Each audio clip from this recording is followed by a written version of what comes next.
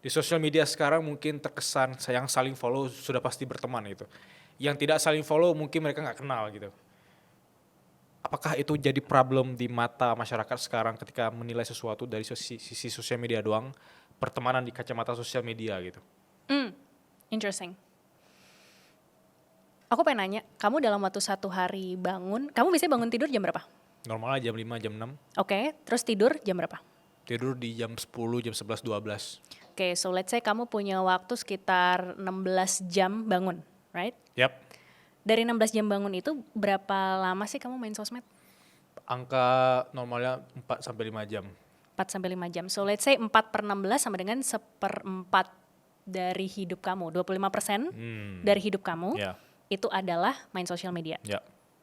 Kalau kita ngejudge orang hanya berdasarkan pertemanan di sosial media, ya berarti dia hanya ngejudge the 25% of your life, Bilal. Oh, oke, interesting. Karena sosial media, yes, it's a part of to be social online, tapi juga ada offline. Jangan lupa kita nih manusia yang butuh proximity, butuh Yeah. kedekatan, vulnerability, dan sebuah space untuk mengekspresikan emosi tersebut. And I don't think social media do its justice gitu kan. Yeah. Jadi akhirnya yang biasanya kita selain main sosial media, let's say gampang kita pakai sebuah messenger tertentu, ya kan? Untuk yang berkomunikasi lebih erat dengan orang-orang yang lebih dekat. Contohnya misalnya kayak WhatsApp atau misalnya Telegram gitu kan. Hanya untuk orang-orang tertentu kan. Nah itu kita juga pakai berapa jam. So eventually kalau kita ngejudge orang just because of what we see on the social media, it's maybe part of their life, tapi belum tentu semuanya. Maka kalau kita mau melihat seseorang, kita bisa anggaplah, ambil rata-rata dari contoh Bilal tadi, maka ketika kita melihat sosial media seseorang, itu 25% dari dirinya dia. Yeah. But what's beyond that? Nah, teman itu adalah orang yang sama-sama mau berbagi and being curious and giving the space untuk kita akhirnya bisa bertanya, Bil, lu sebenarnya selain social media tuh lu ngapain aja sih? Gitu kan. Gue pengen tahu kehidupan lo. Yeah. And at the same time kamu juga nanya, apa sih Coach Anes misalnya yang lo lagi struggle di dalam hidup lo? Yeah. And those are the questions yang deeper gitu. Dan ketika kita bisa menanyakan hal-hal yang lebih deeper, ketika kita bisa saling mendengarkan, saling memahami, bukankah itu ya yang sebenarnya kita rindukan dari pertemanan? Wow, itu bagus banget. Kayak aku langsung menemukan mungkin satu gambaran simple dari apa yang dijelasin Coach Anas. Aku mencatat bahwa itu seperti communication versus connection. Kayak mungkin kita berkomunikasi terus setiap hari gitu ya. Setiap hari by WA, by Instagram gitu. Belum tentu dapat connectionnya gitu. Yes. Kita belum tentu sharing vulnerability kita. Aku belum tentu sharing gimana problem aku dengan keluarga aku, dengan teman-teman aku. Tapi kita koneksi terus nih. Ya. Kita bahas kerjaan dan lain-lain. Tapi mungkin aku bertemu dengan Coach Anas atau Bang Yasir seminggu sekali, sebulan 2 kali. Kita bahas sisi connectionnya gitu. Sisi kita sebagai manusia biasa. Sisi problemnya aku ngebangun suara berkelas. Sisi problemnya aku dengan si A, dengan si B. Ini lebih kuat. Ya. Itu yang sebenarnya dibutuhkan oleh teman-teman yang levelnya berkelas tadi, connection. Yes. Gak sekedar komunikasi. Dan connection itu baru bisa terbangun kalau komunikasinya itu bukan di surface aja. Oke. Hard conversation. Yes, and vulnerability, right? Kamu ngerasa gak sih kita baru bisa klik benar-benar berteman itu ketika aku dan Yasser jujur terhadap cerita-cerita kita and the struggles that we don't share in the social media, right? Yeah. See, you're laughing, right? Yeah. And at the same time sama, ketika kamu cerita tentang vulnerability kamu and your struggle, we don't judge you right away. Yeah. We want to understand your perspective. Kita mau tahu posisi kamu di mana. Dan sebagai seorang teman, kita juga ngasih tahu bahwa emang yang lo pengenin apa, konsekuensinya apa, hardnya apa, sebagai mungkin yang usianya lebih tua sedikit, kita bisa berbagi wisdom gitu kan. So then akhirnya kamu baru ngerasain koneksi itu. And those kind of conversation yang orang kadang-kadang lupa gitu. Bahwa bukan cuma sekedar nanya, mohon maaf kamu udah makan apa belum. Yes, itu penting, it's caring, right? Tapi kalau individunya sudah dewasa, maka pada dasarnya kita tuh gak butuh untuk menentukan koneksi seseorang hanya berdasarkan kuantitas. Tapi ketika kualitasnya itu dalam, mau kita ketemu sebulan sekali, mau kita ketemu setahun sekali, Bilal will be the Bilal that we know on his vulnerability side. Anes and Yashar will be us yang memang kamu tahu gitu.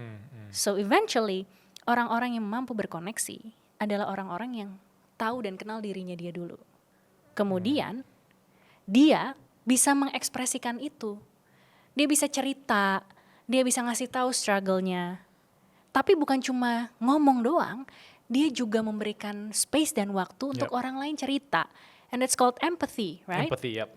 Kita ketika mendengarkan itu mencoba memahami gitu. Dan anjir gue tahu lagi Bil rasanya kayak gitu. Berat banget lagi gitu kan. So in that sense gitu, kita akhirnya berkoneksi on vulnerability. Nah, baru ketika kita sama-sama saling mendengarkan, saling memahami, bukan cuma cerita doang, right? Di momen itulah baru kemudian kita berdinamika dan kita baru bisa manage relationship lebih baik. Ujung-ujungnya kembali lagi ke teorinya emotional intelligence. Bahwa sebelum kita bisa manage relationship dengan baik sama orang lain, dalam konteks ini adalah berteman, ya kita juga harus menjadi teman yang baik juga. Kita harus menjadi teman yang curious juga. Teman yang mau understanding what's the struggle that you've been through. Bukan cuma sekedar gue mau ngebuang sampah gue ke lo. Nggak gitu. But can I make the space and time gitu untuk kamu bisa mengekspresikan dirimu sehingga aku pun tahu kamu gimana. Dan gak semua hal perlu aku ceritain ke kamu. But you know some side of my story yang memang relevan dengan dirimu. Gitu. Ada kata-kata empathy di sana tadi. Aku ngerasa bahwa tidak semua orang bakal tertarik ketika mendengar cerita kita, problem kita juga gitu ya. Tapi ini jadi suatu hal yang sering aku temukan, di mana kenapa ya banyak pertemanan yang ketika teman kita gagal, kita muncul empati ya gitu. Tapi ketika ada teman-teman kita yang mungkin sukses atau sama-sama anak daerah tiba-tiba berangkat ke Jakarta terkesan sudah berkembang dan lain, justru mereka merasa tersaingi gitu. Padahal dia nggak ngapa-ngapain gitu. Kenapa itu terjadi dan apakah itu problem dari sisi pertemanan sekarang ketika kita berangkat dari start yang sama, teman kita sudah agak maju, kita merasa tersaingi, kita merasa gagal gitu. Oke. Kalau kita melihat orang lain sukses kemudian kita ke-trigger, jangan ngeliat orang lain, tapi tanya ke diri sendiri, kenapa aku ke-trigger? Bahwa kalau misalnya tadi ngeliat orang sukses, aduh gue jadi insecure. Iya berarti simply itu PR insecurity yang harus lo beresin. So your trigger itu adalah hal yang sebenarnya yang lu perlu beresin gitu. Tapi kadang kita tuh lupa untuk ngaca. Kita fokusnya sama orang luar. Bahwa kalau orang luar begini, ya dia kan privilege, ya dia kan punya waktu, orang tuanya begini, orang tuanya begitu. Akan selalu ada hal-hal yang kayak gitu. Karena apa? This kind of person itu cuma ngelihat dari sisi luarnya aja. Tapi pernah nggak dia memahami the struggle that this person been through, right? Dan insecurity atau akhirnya kita mungkin tidak happy terhadap kesuksesan orang lain, jangan-jangan bukan hanya men-trigger insecurity, tetapi men-trigger kesadaran diri bahwa what have I done with my life ya, gitu. Jangan-jangan itu adalah sesuatu yang sebenarnya juga aku pengenin, tapi karena udah ada orang lain yang jalanin terus dia jadi, gue merasa left behind, gue merasa gue gak ada worthy-nya. PR kita dan adalah bagaimana untuk membangun sense of that self-worthiness, you know. Sometimes gue gak harus jadi orang sukses dulu untuk bisa berteman. Kalau gue mau jadi berteman, gue bisa tulus memberikan kuping gue, memberikan hati gue untuk memahami orang lain. That's the start. Gak harus untuk jadi orang terkenal dulu, orang sukses dulu. Dan belum tentu juga kalau lo terkenal dan sukses, follower lo banyak, terus kemudian lo banyak teman. Ya kan?